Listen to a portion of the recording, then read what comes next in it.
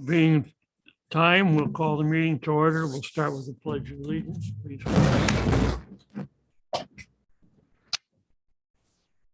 Allegiance to the flag of the United States of America. Stands one nation under God, indivisible, with justice for all. We have the adopted agenda. Any changes?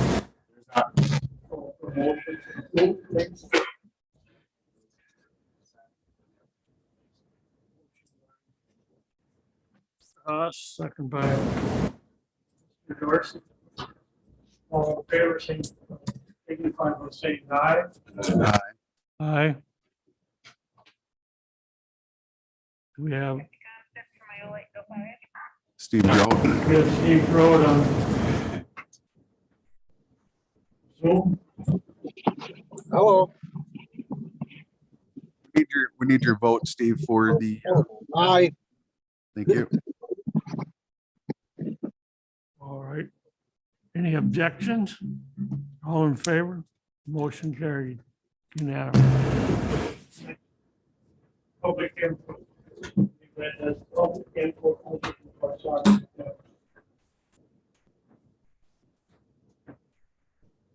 Wastewater treatment plant, Mr. Grant.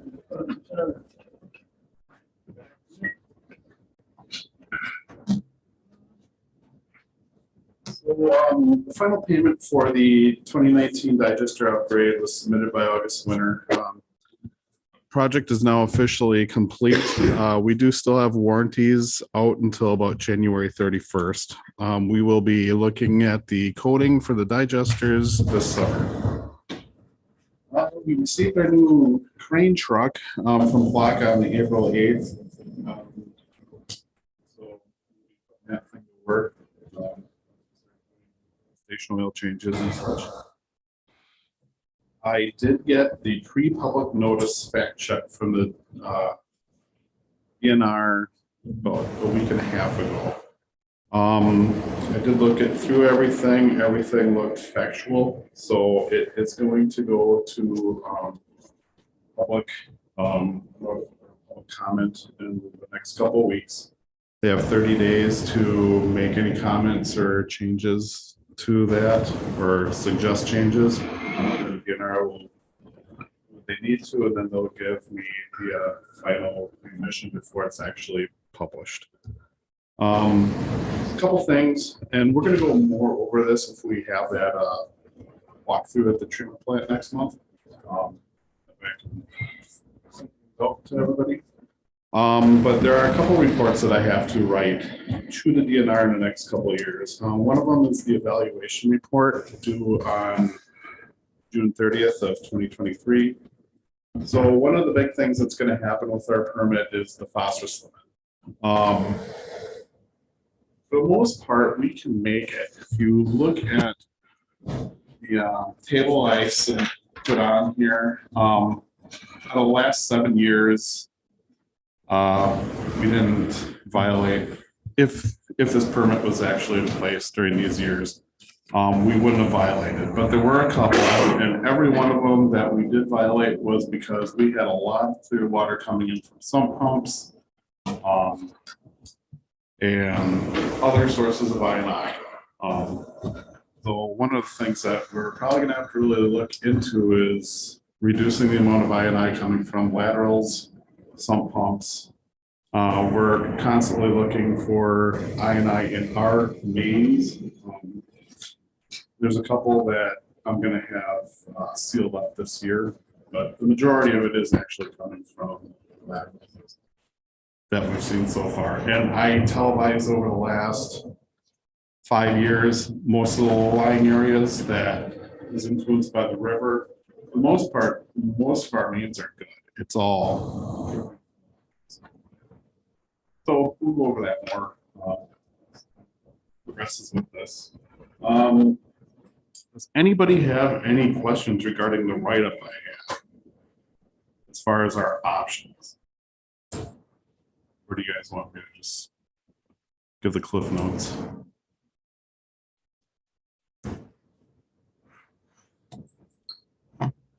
you. I read through them myself. Okay.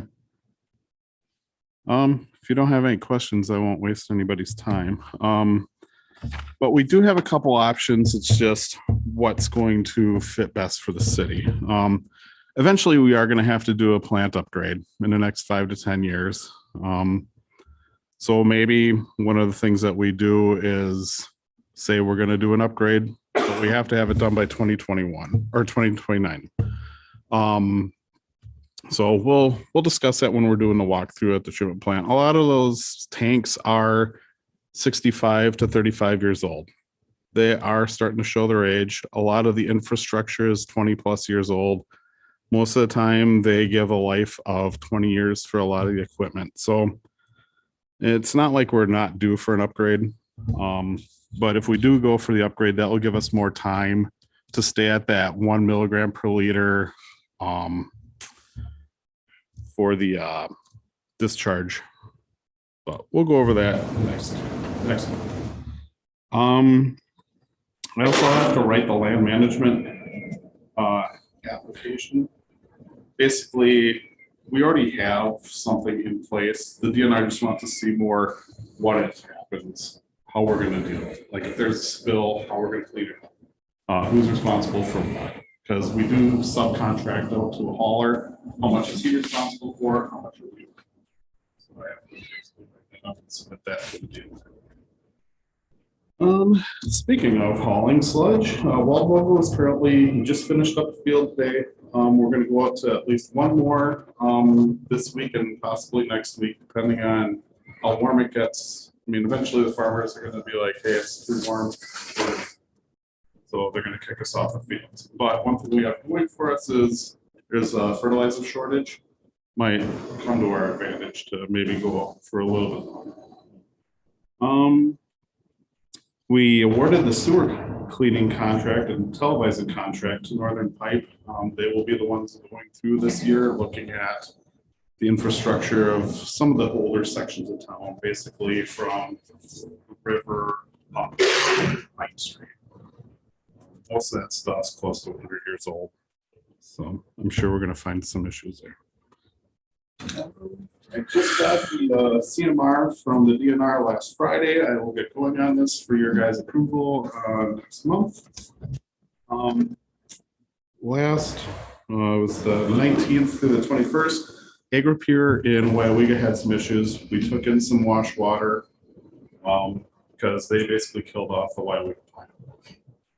So we took stuff for them because we're much bigger. And that worked so well, Ted Winkleman, who was in charge of the wastewater treatment process for all of AgriPure in Northeast Wisconsin, he asked if we would take some stuff in from Little Chute while they do some work. I'm waiting for the characteristics of that, and if it's good for us, we'll accept it.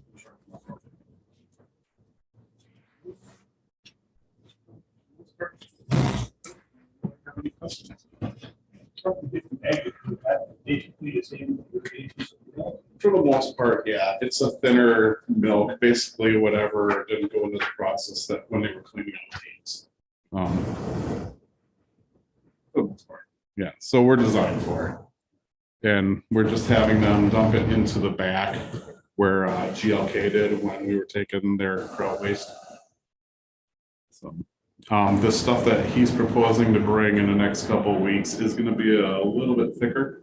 So we're going to try to put that into our high strength receiving station, basically just pump it directly into the digesters to make methane to heat up everything. And how much is going to be left in the sludge tank, do you think? You're done? It depends because we're getting so many septics and stuff. We're kind of putting 20 to 30,000 gallons back in every day. Maybe 3 or 4 feet, which is roughly 400,000 gallons. But as long as we can get the majority out, it keeps the sediment from building up on the bottom because maybe 10 years ago, we had some big piles in there and now we don't waste the piles in there. Slowly but surely, we're keeping it going.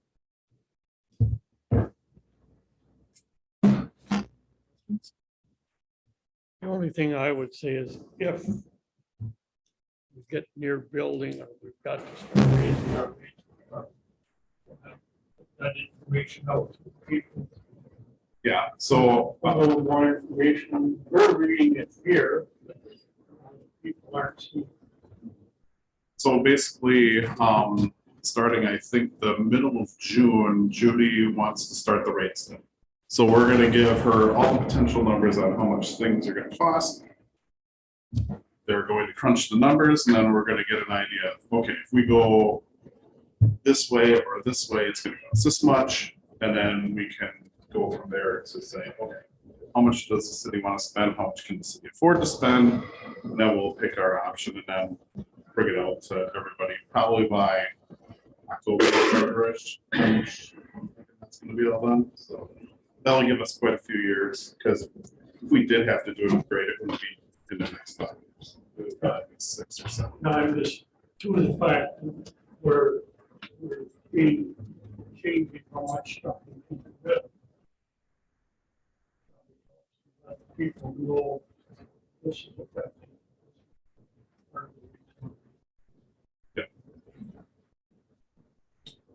And for next month, if anybody hasn't been on the plant tour yet, even if you have been on the plant tour, strongly suggest make an effort to come to the plant tour, because it's amazing. You don't think there's that much technology or lab work or things that go into it, but there's a lot to it. And just knowing all that helps, answer questions and just about what's going on, especially with all the I&I we got to start working on cleaning up. That just helps answer questions. I think the guide does a pretty good job too. Mhm. Easy to follow. I'll have Jared do it.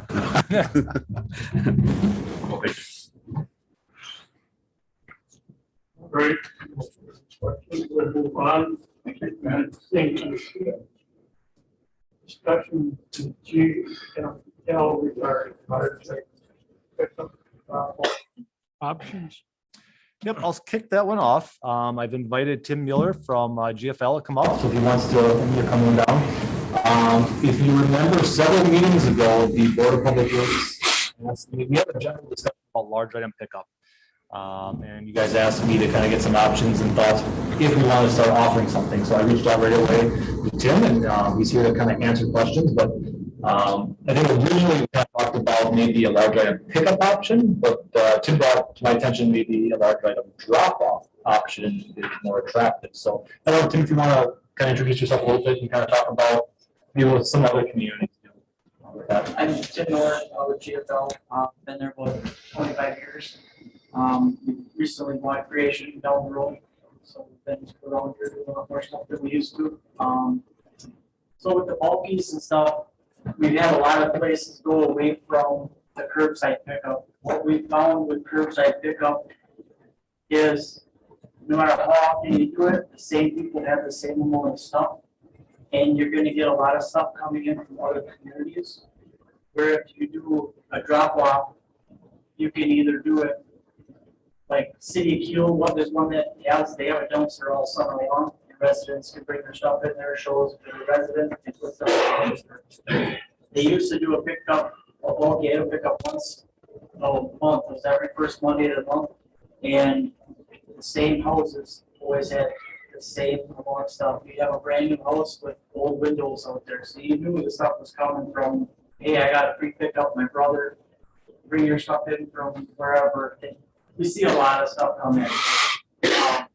That we run into a lot of injuries, so we're doing bulk item pickups. We were just doing one for Grand Chute 3 weeks ago, and we had a driver. About 2 weeks ago, we had a driver. The bag fell apart, and he tripped over it and bruised his ribs, stuff like that. But I don't know what you guys have for if you would like to do like a Saturday morning drop off, where we'll just drop some dumpsters off Friday. You guys would have it open from like 8 to noon, and then Monday we haul them away. And that would be like a one-time drop-off for the city. But then if you want to do a permanent one for the summer months, you would just put it, at a certain specific location and pick the drop-off from there. And it'd be totally up to you guys on how you want to do it. When they normally do the one time a year one or twice a year one. They will check IDs to make sure that people are actually from the community, to make sure that you're not getting overflow stuff coming in. And we do offer right now, where a resident can call us and we come out to their house and pick it up at their cost. But so they do have an option now if they call us, but that's, it's up to you guys and what you'd like to do. So the other communities that do the drop off, do they have a city contract? Because we don't have a city contract for general collection. So do they, are those, do they have it in their city contract, or is it something separate that they charge extra at the time of drop off? Everybody that we normally do, they don't charge their residents as part of their taxes.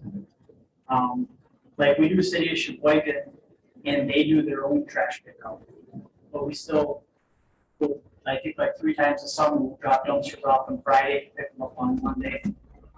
Just so they can have their residents have an option to be able to bring their bulk things in and get rid of them, and hopefully not throw them alongside the curb or in the ditch or something. So you say it comes off their taxes as far as, are you charging, is the whole community charged at that, or is it individual when they bring stuff up? How does that? Normally, Somewhere. the whole community covers it in most of the municipalities we deal with. Okay. But if you guys wanted to charge a set rate, it's totally up to you guys on how you would, if that helps fund it for you guys, it can be done that way, it's because the funding has to come from somewhere. Yeah. It's a lot cheaper to do a drop off, because if you do a bulk curbside pickup, it'll probably take me almost a week to get the city done, because especially the first time, there's gonna be so Right. much stuff. And then you also run into the scavenging.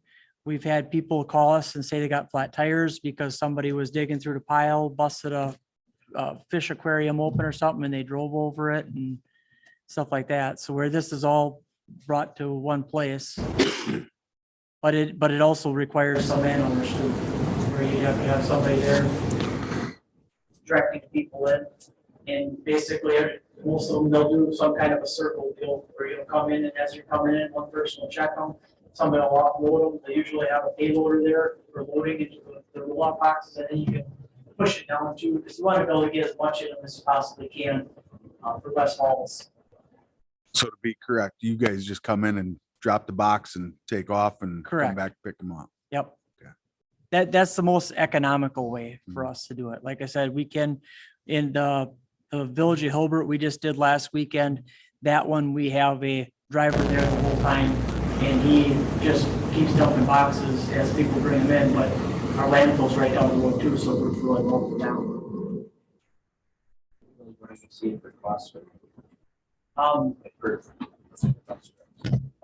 Per dumpster, I would probably do 200 per haul and 65 a ton per disposal. I think it's a good rate. Because we have to haul all the way up to 80 from here, so you're looking at almost 2-hour turn, probably 2-hour turn time you go to landfill come out. In your opinion, in a community our size, what do you normally see for how many hauls? I would say, so City and Holstein, I want to say they get probably 5 roll-off boxes, and they can make it through they'll get it all in 5 roll-off boxes. Your first one might be a couple more, depending on, how much you have, or it might not be as much, because it all depends on how well it gets out there for the people to pick it up. John brought me some information last month or last meeting or something like that, talked about the city of Appleton, because the city of Appleton does something like that, but they do charge their residents as they come in, so that's an option as well. We actually have a yard site that is manned 4 days a week, 4 10-hour days, Friday, Saturday, Sunday. No, for Apple. Okay. And we have the same roll-off dumpsters like you guys. Bring it in. And what we charge is we do, if you just got garbage in your vehicle, we charge a $15 minimum fee. People that come in the vehicle on a trailer, charge a minimum of $35. That's a lot. Or do you see other municipalities going with? Yeah, it's like, Village and Over, they always get a metal dumpster. Some of them will get the metal dumpster from a local metal company. Hilbert doesn't, they get it from us, and then we give them the rebate check back on it. There's been a few years where Hilbert actually funded their own pickup with their metal box, and that all depends on how much metal comes in. We can't take Freon items in the metal unless they're stickered. They have to be stickered for Freon removal. But once washers, dryers, all that kind of stuff can go in there, and you'd be surprised how quick it adds up, especially right now, it's over $300 a ton. But like in Hilbert's situation, we build out for the hauling of it, and they get the complete check for the metal out of it. Yeah, it bundles. There's been several times when they actually came out even or close to it because of their metal dumpster. You take any kind of metal. I have seen people cut up mattresses, pull material off, leave the springs. That pulling your metal. If the springs are clean, yes, they can hold more of them. It can be any kind of metal, gas, aluminum, whatever comes in. And you're recommend pickup. Most of them only do one. There's a few that do two. They'll do a spring and a fall. Ones that do one, when do they do that? The Holstein had theirs probably about a week or so ago, maybe 2 weeks ago. Hilbert just had theirs. I don't think so. City of Chilton, they do one every other year. City of Chilton was still doing curbside pickup, but I think they were away from that now. Pretty much all of them used to do curbside pickup when I started doing it, but slowly but surely they switched over to the drop offs, and it's been doing really well for them as far as cutting their costs down on it. When you look at a bulk pickup at the curb, it's going to be per hour per disposal. And like I said, it could take up to a week with probably 2 to 3 trucks on it in a city this size. We're getting probably 10 hours a day. Just to give you a little bit of an idea, and maybe it wouldn't be that bad, but I just like it's involved. I used to be a fan of one, not so much. Nobody wants to drive it back to the truck and pick up there. Like you have public comment out there if you're interested. As far as once a year pickup date, something to consider that would probably be beneficial to the city of New London would probably be within the weeks or the month after citywide rummage sale. That's when you're probably going to see a lot of your large item that would be thrown out, leftovers, stuff that those that make it on donation trucks. That's probably a good time to consider.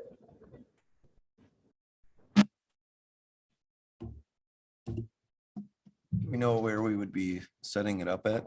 Would you do it at the utility plant maybe, or? I'm thinking down at the garage, just because it's got like you talked about having a drive through, so they can come off of like Warner Allen and get on Wolf River Avenue. So that'd be a kind of a good turnaround, scenario with that, and have some availability for backup traffic and stuff like that. But if it's something you guys want to do, I guess, the once a year to start off with, maybe to see how that goes. Definitely we want to have staff there. So we're going to want to charge because we don't have this in the budget right now. So people, as they come in, we're going to have to charge something, at least see what it is. The first year, we don't know how much metal we're going to get. Because we're going to have to pay for the overtime with the staff. If it's on a Saturday, we'll have to pay staff overtime to be there. We're checking IDs and collecting money and running the payroll order and such. And the cost will go up. Suggestion would be to advertise that the group be charged for the metal. Yep, correct. That way you can hopefully get more of it. If you want it, it's. My question is, how do we capture the people that cannot physically bring the stuff? And those are the people that I'm looking at. Because the people that have the trailers to bring them down here, they can easily run it to the landfill. And as far as a charge, I've taken stuff there and it cost me $15 for a trailer load, and we start having to pay to bring it here. I think we're going to end up having the cost, cover the cost, because people are going to just once they have it loaded up, haul it down there. And that's just my thought of the whole process. Man, it'd be nice to have it here locally and central that we can clean it up. Just it's not as convenient to go to the landfill. I mean, you're talking, what, 30 miles one way and, 2 hours, it's to have it in town would be, a lot easier. Oh yeah, convenience is definitely gonna And be. as far as the metal goes, I don't know how much metal you would get in New London. We have a million junkers in this town. I'm just saying, I put out mattresses, they'll Yeah. strip the metal out of the mattresses. Yeah. So, Which is a good problem to have. I mean, that they do come and collect that stuff. We had a comment on chat from an attendee from the public. You can read here. Didn't know people could do this, but we got a comment. If you do this once a month, could you see if high schoolers would do this volunteer hours? That would be a suggestion, so.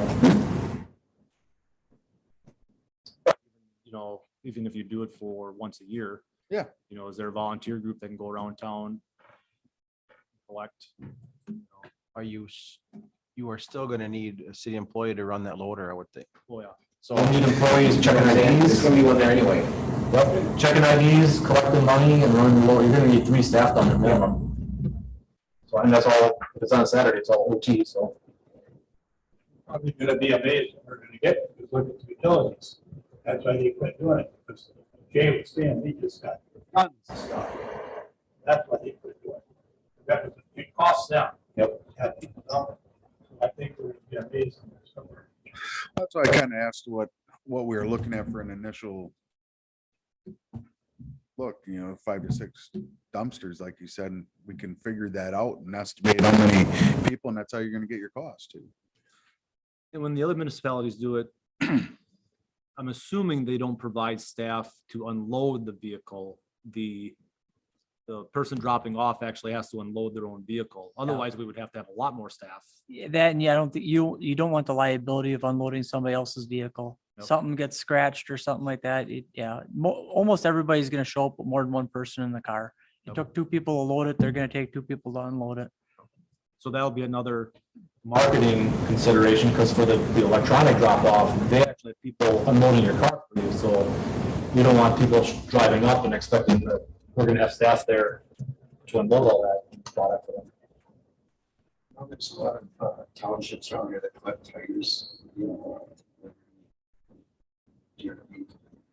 Which one of you maybe like 1 day a tire day, 1 day furniture day?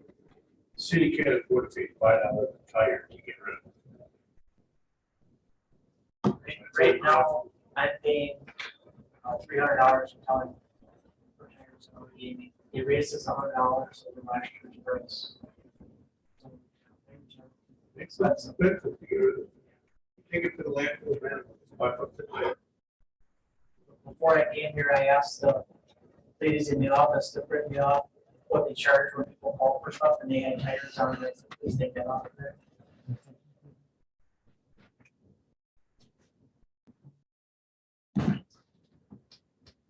I think we have some ideas, things that require a little more discussion with the quad.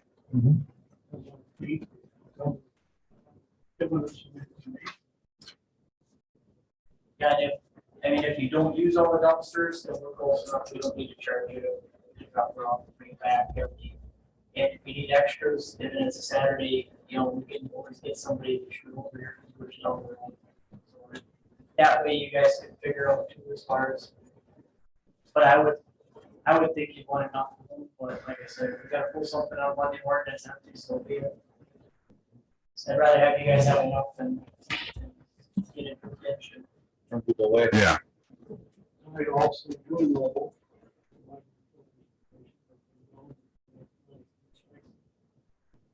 Get everybody everywhere. Like the idea. We have to go and educate. Problem is, I guess, we have to publish it real quick because we're gonna have to turn people away.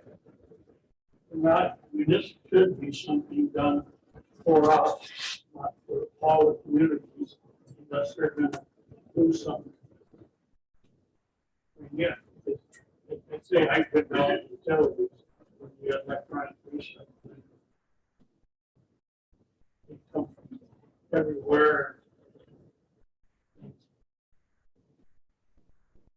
There have to be some good marketing, exactly who it's for and it's done. I just don't want to forget the people, the elderly. I mean, this is definitely a cleanup project for the city of New London and, you know, kind of to clean our town up. And I feel that a big part of our problem is people can't get their stuff disposed of. And if they can't bring it there, and maybe it's the convenience factor, maybe it's that'll help, but I just don't want to forget that aspect of our elderly or the people that just physically can't get their stuff here, and that we're not forgetting that aspect of it, and we're not getting taking advantage of cleaning up the whole community. I understand that there's different weights of stuff, but what do you see as your average? It's like, say we fill a dumpster up. What is a tipping fee average per dumpster?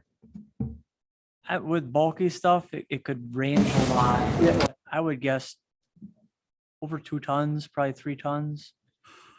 If we had some extra 40-yarders, they'll hold more. Yep. So the weights would go up. You're probably looking more at 4 tons, but in that situation, you're getting less hauls. We wouldn't have enough to do all 40-yarders, but we could definitely bring in what we had to cut the volume check costs down that way. But yeah, you'd be looking at anywhere from 3 to 4 tons, I think, and how long you pack them in there. 65 tons. Ish. 30 tons. Yeah. Yeah. So probably some And that $200 is actually dropping the dumpster off. Just that's all that's includes, correct? Yep. Everything's- Yeah. Okay.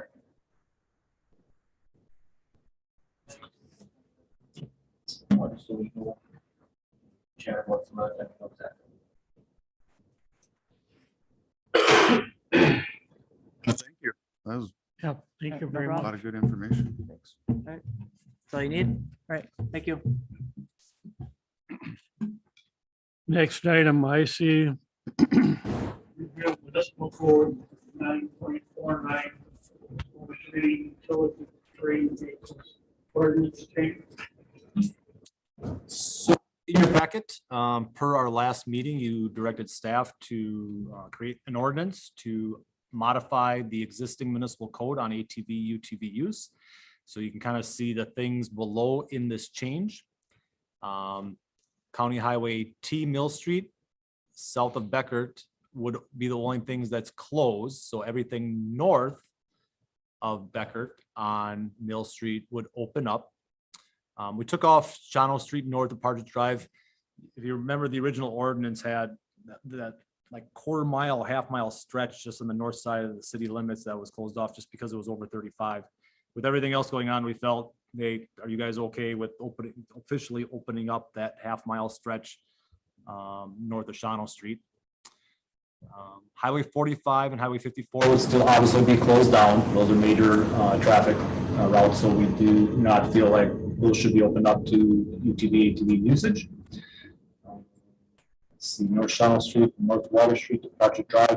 We just took that out because we have it somewhere else in the ordinance saying that it's everything's point to point already, not supposed to be joyriding around town. So we just want to make sure people are going point to point. And then County Highway DD is still on the north side of town, and that's within Outagamie County and over 35 miles an hour. So that one would have to get the special permit from the county to open that up. But like we talked about last week, we can open up County Highway T, which is Mill Street, because it's under 35 miles an hour. We don't have to go through that special permit process with the county being under 35.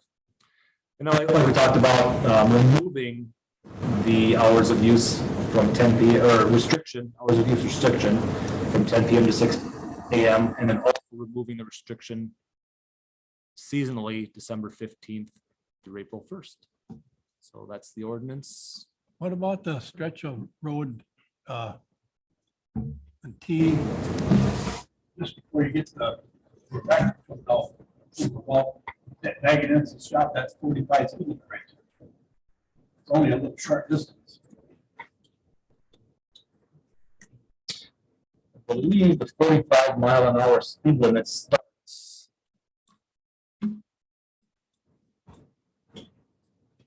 So this is Southbound, looking at highway, the stop and go lights, highway 45 and 15. I think the 45 starts after Becker.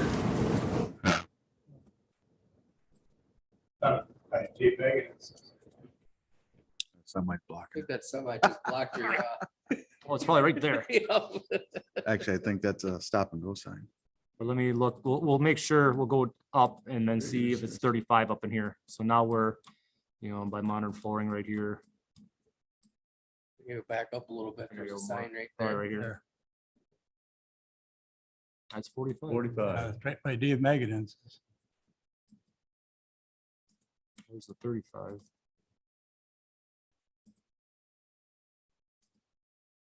I think we're down to 25, actually. Are we 25 now? 25 something.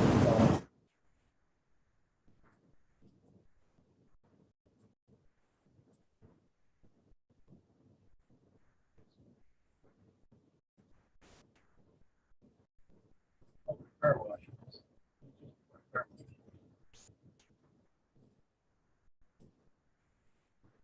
It's 35.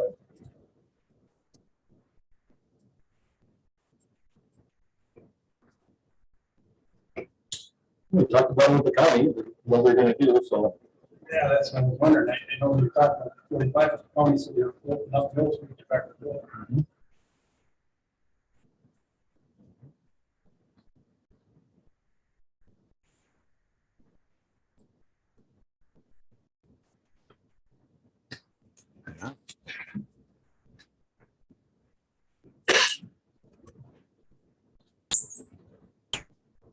So that stripping would be 45. About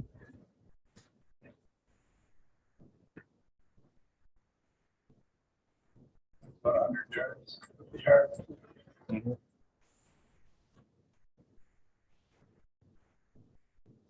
That's right at the intersection.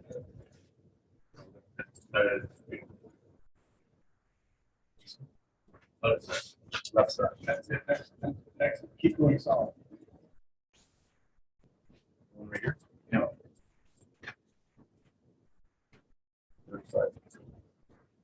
35 in and 45 out. I think that sign's not supposed to be there. There's a little bit of overlap there. 'Cause that 35 starts right here.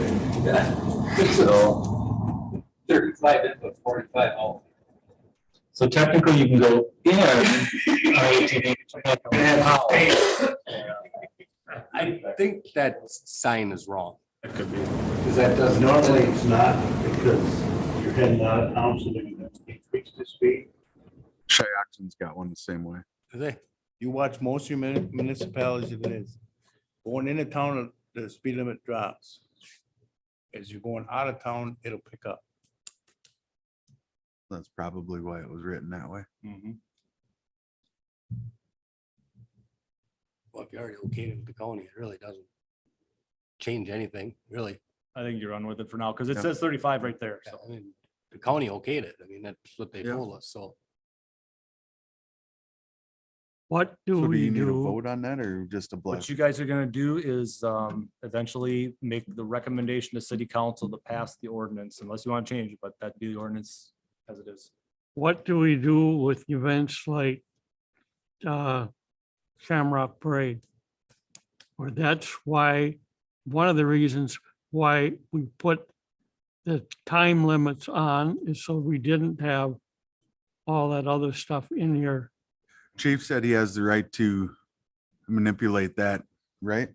If I was correct, I thought he said he has Yeah. jurisdiction to manipulate that at them for them events. He can close it down. Yeah. Well, one of the things I am hearing is people say we have rules and we don't know what they are, and we don't stop and read the signs coming into town.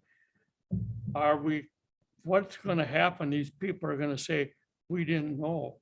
We can't be in here today. Ignorance is no excuse. If you Well, don't that's- know, you could still get a ticket. I mean, Well, and I didn't know there's two different speed limits. If I come into town at 45 because I went out of town at 45, I can't tell the cop, well, I didn't know. He's still gonna give me the ticket.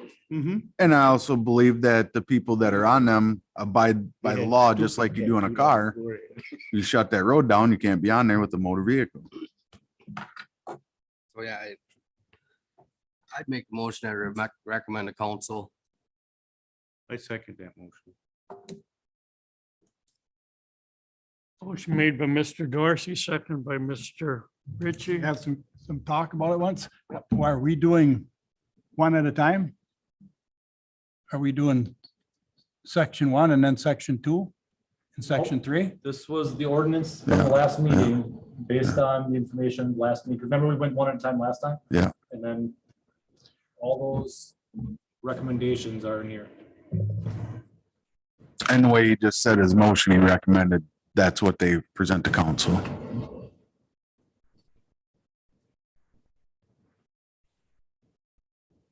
Motion second, any further discussion? All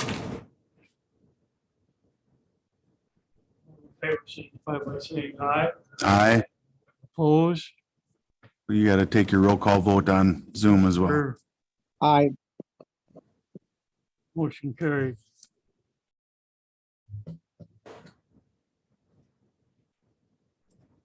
That'll go to council on the 17th.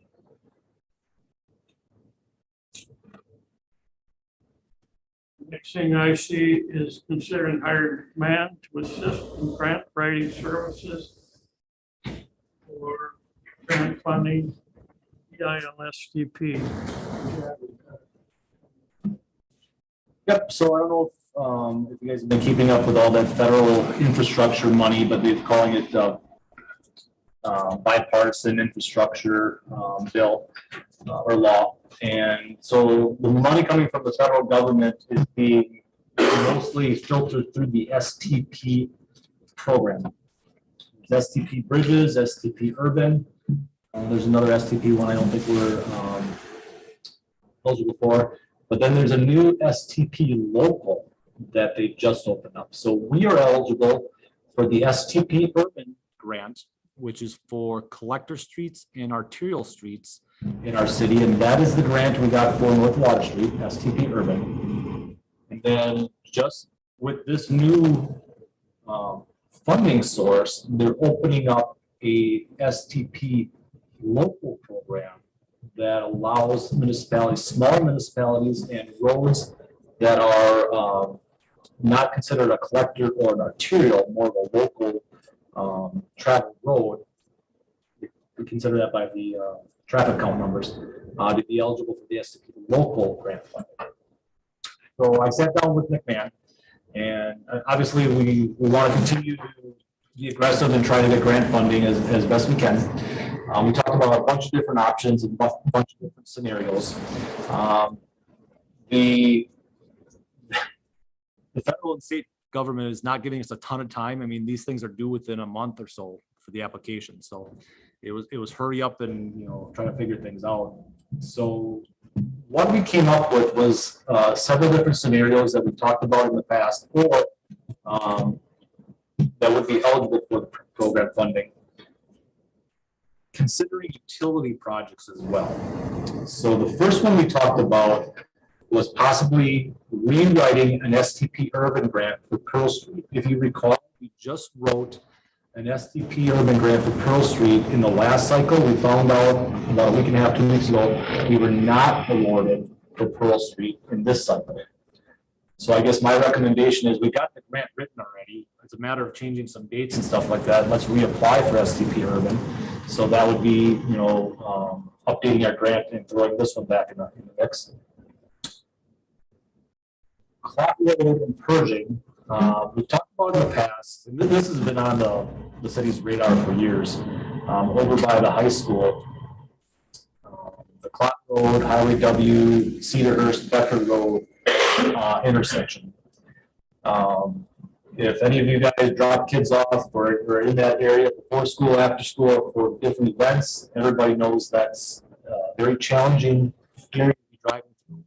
And years ago, the city, let me bring up the other area, the city purchased this lot right here on the corner of Cedarhurst and Pershing or Highway W for improvements to the intersection. So the city owns this lot right here.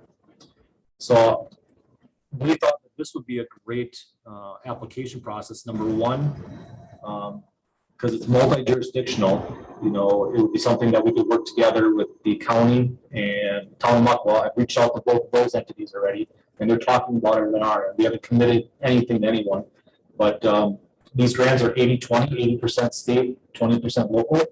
So if we could work something out that the city, the county, and the township all share in the 20%, that's pretty attractive. Yeah. You know, we're reducing our share. If anybody's gone down Clot Road right now, you know that's getting beat up bad.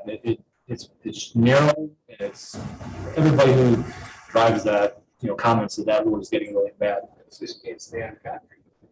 There's 2 cars here, it'll drive you right at the edge. And very narrow. They get more narrow.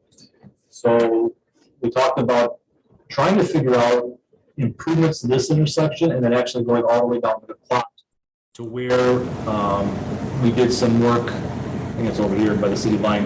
If you remember, we did the sanitary sewer extension over by London Acres. So at this point right here to the west, the road has been redone. So it needs the opportunity to resurface Clot up to where we resurfaced it in 2019. The other benefit with this one is there's really no utilities to speak of that we have to worry about. Unlike Pearl Street, we have to do investigation and other things with utilities. This is a scenario that we really have to not worry about utilities underground as much. But depending on how we improve these intersections, you know, McMahon did talk about it. They cited in a previous study that these 2 intersections are way close to each other. You know, one recommendation might be to cut the road and get it, you know, bring the road farther to the south to try to separate these intersections. You know, the city bought this lot at one time that the potential of maybe a compact roundabout there, maybe a compact roundabout with this one. Not saying that's what's going to happen, but I think those are all possibilities we'd have to investigate with this interchange system right here for this grant funding. So another option for funding right there. And the third one we talked about, House Road and Alcan. Those will be 2 of them that would be eligible for the STP local, which is new. Again, this is another one that we may be able to pair up with the township as a project. The grant is more attractive if it's a multi-municipal project. Really no utilities that we have to worry about investigating for. So we can put the grant out right away compared to us trying to do a bunch of research. I'm gonna throw out Roland. We talked about Roland as pretty often. For us to throw grant funding at Roland, we would have to do a bunch of investigation work to see what our utilities are like, and then try to plan out, you know, utility replacements underneath there as well if we want to write this grant. This would be a scenario where we wouldn't really have to worry about the utilities end of it because there's nothing under. I did reach out to the town of Liberty as well. I've not heard anything back from them one way or the other. So that healthy development going out there, that's gonna make that even bigger. Yep. This, remember, this was 10-acre lot right over here that was planted in the 90s. Someone bought it to develop it, but now it's for sale. I've reached out and I've talked to a couple other developers that might be interested in it. So that's a potential development here. Go down Alcan Road, that thing is just junk right now. That's beat up pretty bad. So we talked about other options. We talked about some improvements to, like say, the only bridge that the city owns on North Water Street. That needs some resurfacing. And after looking into it a little bit more, you really only want to write these grants for big projects, ones that have some big money to them, because you have to do all the hoops that we got to jump. Remember, we got all these hoops we got to jump through: historical, and engineer, or environmental, and all those regulatory things that we have to jump through. For something just like a simple resurfacing, of the bridge, a very small dollar amount project to do all the hoops you gotta jump through in the investigation phase. The engineers kind of talked me out of that. I was thinking this would, what might be a good one to look at, but they kind of talked me out of it just because of the cost of the stuff you gotta put into it to get that little amount out of it. So those were the three projects we thought we throw grant for. Again, Pearl Street, because we've got the environmentals and stuff done already. We've got the investigation of utilities done already, or we're working on that stuff right now. That'd be easy to rewrite that grant. And the highway W purging and then the house road. We've been doing decent, getting some grant money, so lots more out there. My feelings on this, I've heard a lot of talk from other people in town. Why are we doing so much about the streets outside the city? Let's fix our streets in the city. In this case, one that I would put for is Pearl Street, because that's a city street. These others are all, I realize it's nice to get this grant. I have heard a lot of talk. Why did you fix the two railroads? Why are you worried about the streets on the outside or out of the city of London? Our streets are getting so bad. They're not both sides of the city. They are. Bordering. There's still, They have to be done. The And people, they're, and I understand that, but they're bigger projects and you need to do bigger projects and the people of New London have to realize that to do a city street takes engineering. We got to look at all the sewer, look at all the water mains. Otherwise, they're gonna be complaining when 3 years later we rip up a brand new road we just put in. So to do things like that, we have to. Right. You have to coordinate with utilities because they don't have an unlimited fund of money to be able to fix utilities under the road. So those roads are, they're all projected to be done. But these are ones that we can do at the same time. So we're actually getting double for our buck here. If we can get the grants to help pay for them, like to go out and do Post Road and Elkan, that road can just get done. We don't have the utilities that have to worry about it. To do the ones like Pearl Street now, them utilities are already done. So we don't have to worry about them. Oshkosh is gonna take all the utilities looked at. So we have to coordinate with utilities too, because they just don't have an unlimited checkbook to fix the utilities underneath. And the biggest complaint I ever heard was when they put in a new road 10 years ago and 3 years later tore it back up to replace a sewer main or a water main or something. And that was just, so it's a coordinated effort that has to be projected out more than I want my road fixed today.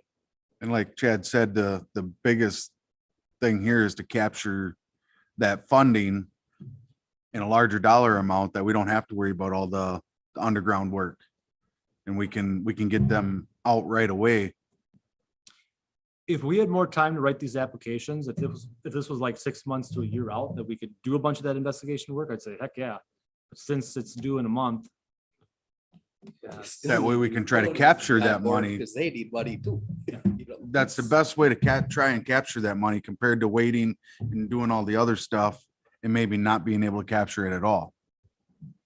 and we should be able to capture on that bridge. I mean, We just got denied for Pearl Street.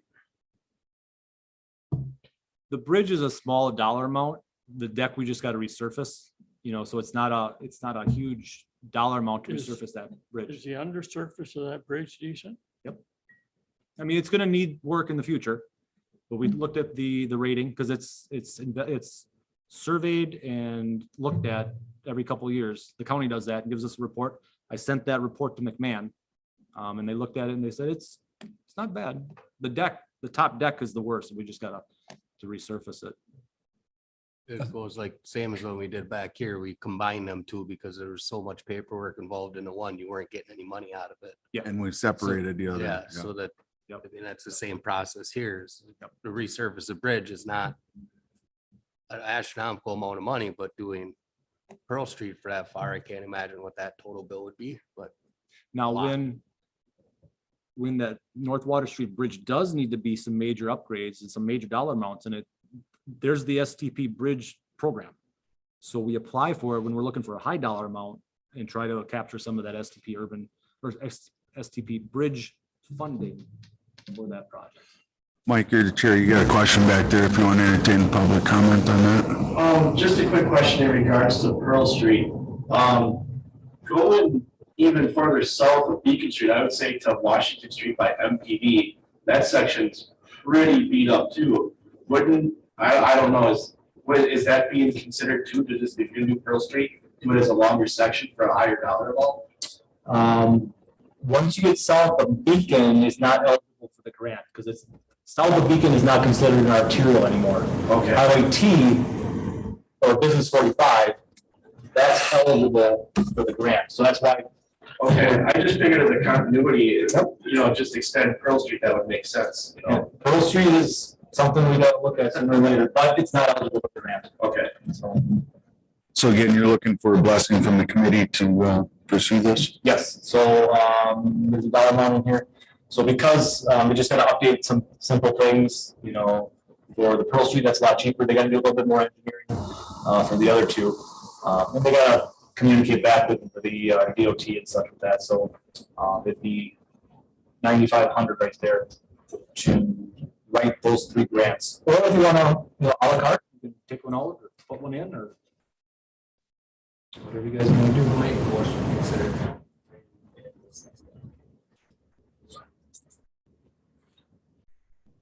Motion made by Dorsey. Mr. Herder? All in favor, signify by saying aye. Aye. Opposed?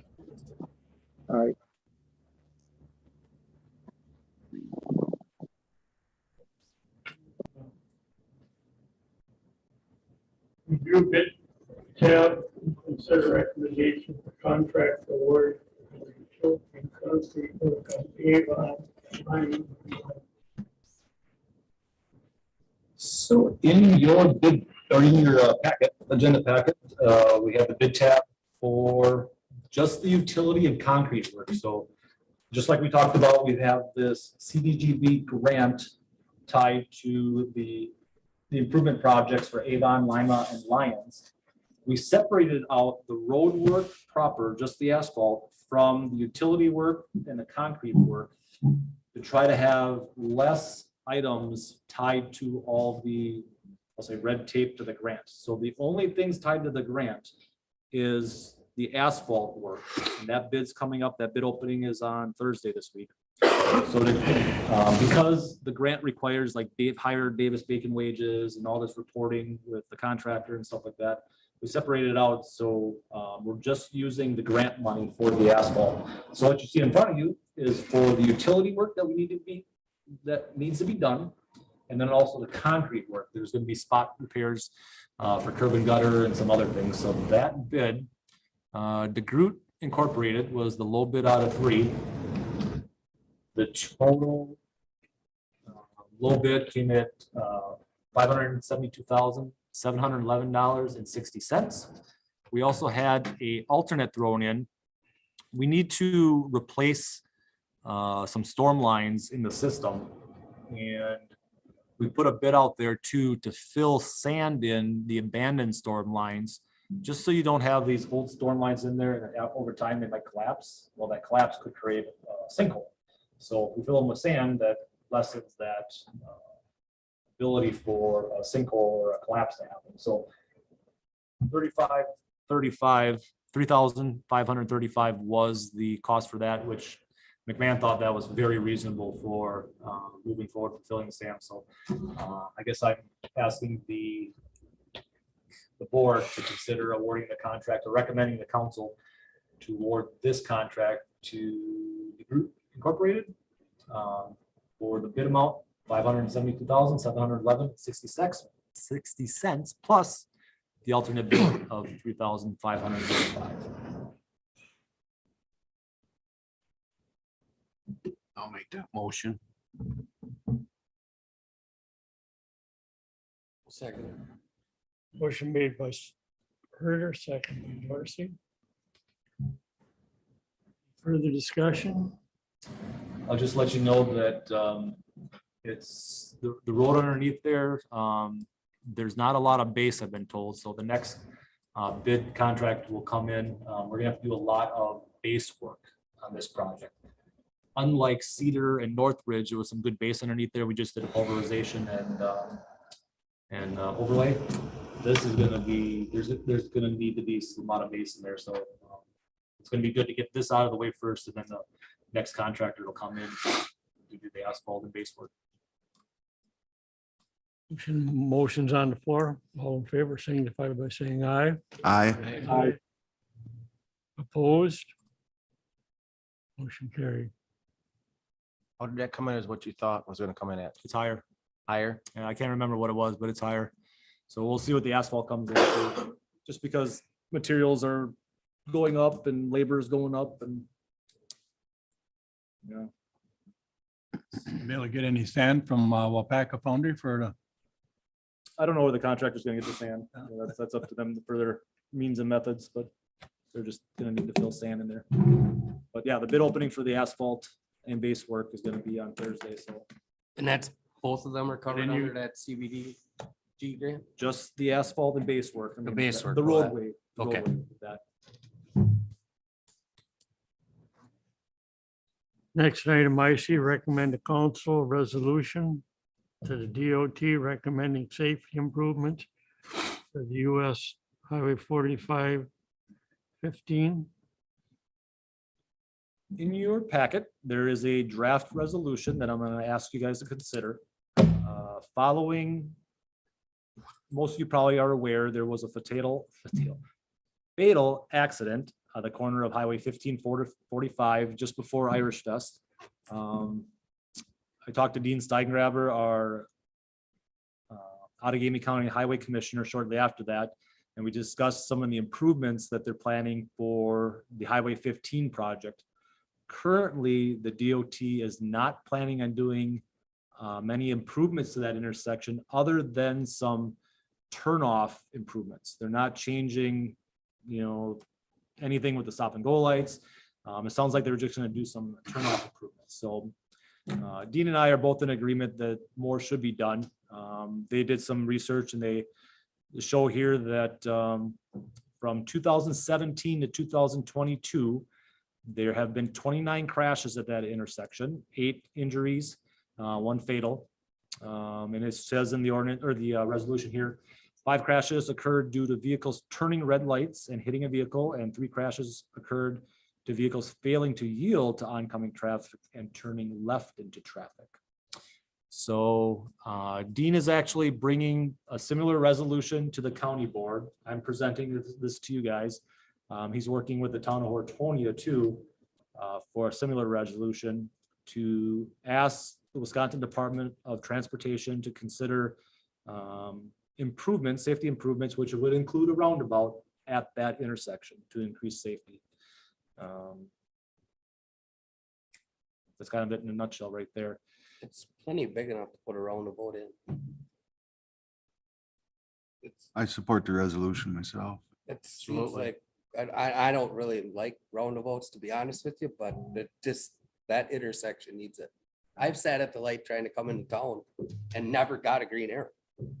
Then you sit there again, finally get a green arrow. It's like, It's about 20 seconds long.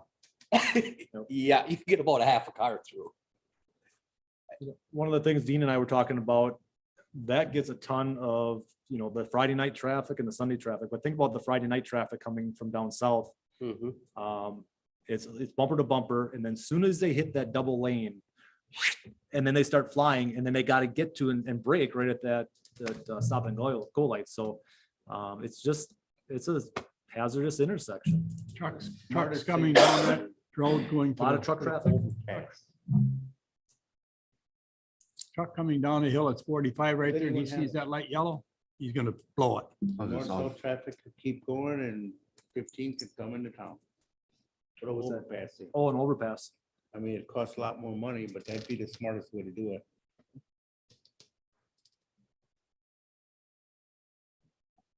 I thought at one time it was supposed to be an overpass, but they cut it out. It's supposed to be a roundabout, but they Said cut it was Plans too to expensive. move. They said overpass is too expensive. That's what they said that time when they were doing it out there. So we're looking for a blessing for this as well. Your This- dead bodies would be This you would better. recommend to council, and then council would approve this for signatures. I'll recommend that. I'll second it.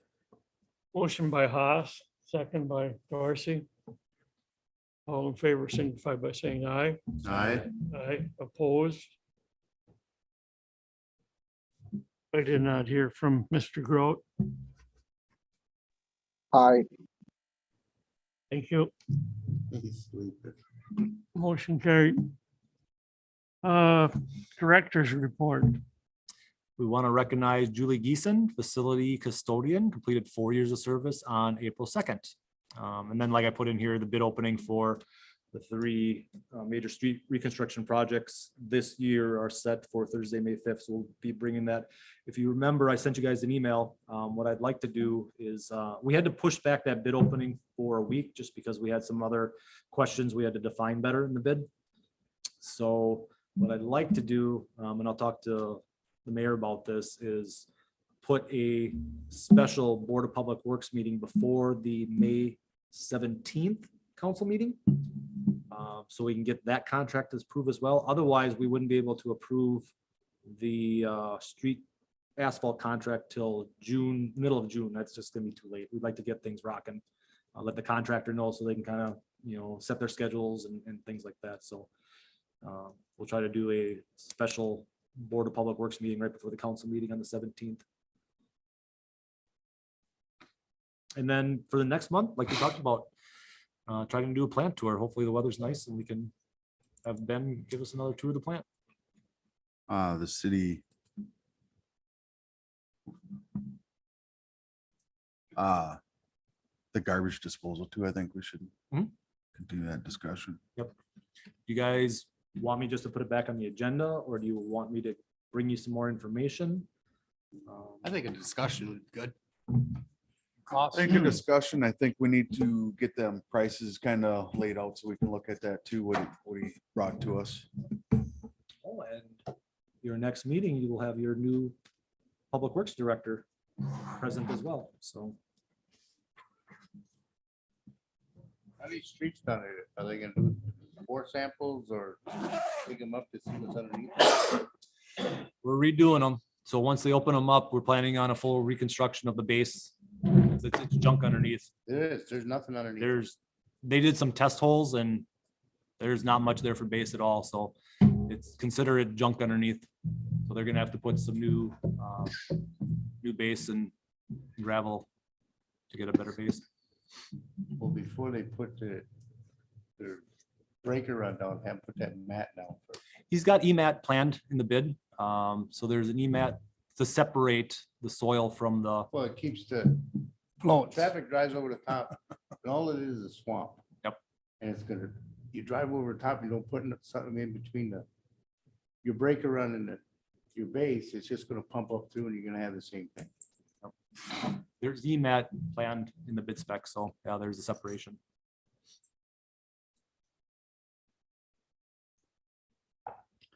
There being no further business, I'll call for a move to adjourn. I'll make that motion. Motion by Dorsey, second by. All in favor, signify by saying aye. Aye. Opposed,